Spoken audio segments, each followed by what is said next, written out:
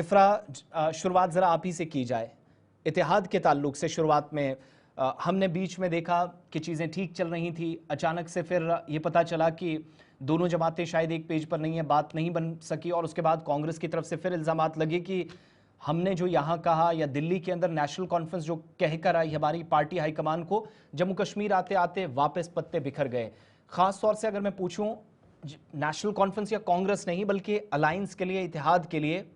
कितना इंपॉर्टेंट ये चुनावी अमल, ये इंतखाबी अमल जो 24 तारीख का, उसके बाद मैं बाई इलेक्शंस पर आऊंगा।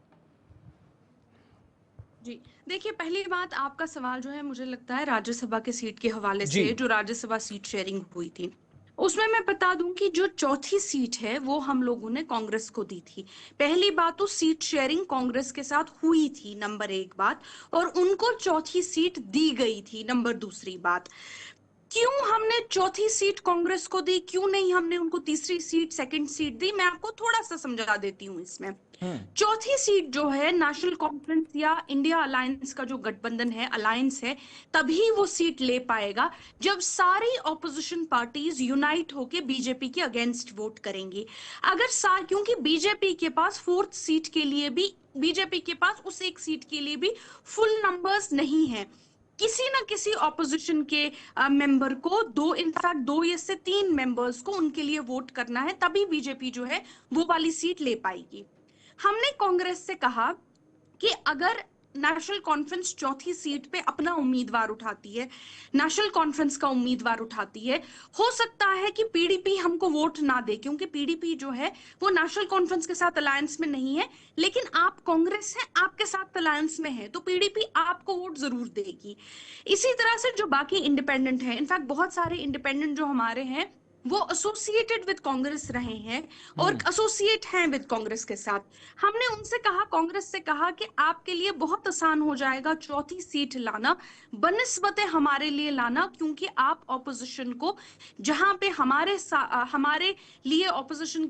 के साथ कुछ डिफरेंसेस हैं, आपके नहीं है, तो आपके लिए पीडीपी, बाकी इंडिपेंडेंट जमातें, जम्मू कश्मीर की जमातें बहुत आसानी से वोट करेंगी बनिस्बत नेशनल कॉन्फ्रेंस के लिए, इसलिए आप चौथी सीट ले लीजिए। उन्होंने कहा कि उन्होंने लड़ने से मना कर दिया, उन्होंने कहा कि चूंकि ये सेफ सीट नहीं है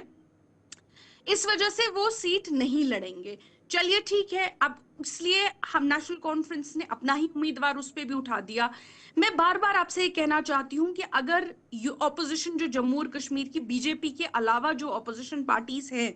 अगर वो सभी यूनाइट हो जाती हैं, सभी ऑपोजिशन पार्टीज जम्मू कश्मीर में, other than the national conference and BJP को एक भी सीट नहीं मिलेगी, क्योंकि बीजेपी के पास फुल नंबर्स नहीं है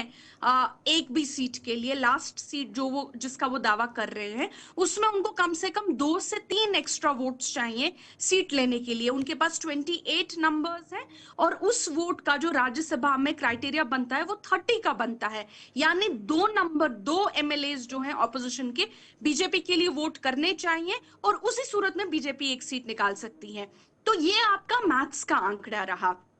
अब अगर आप पूछेंगे कि बाय इलेक्शन की अगर आप बात करेंगे, मैं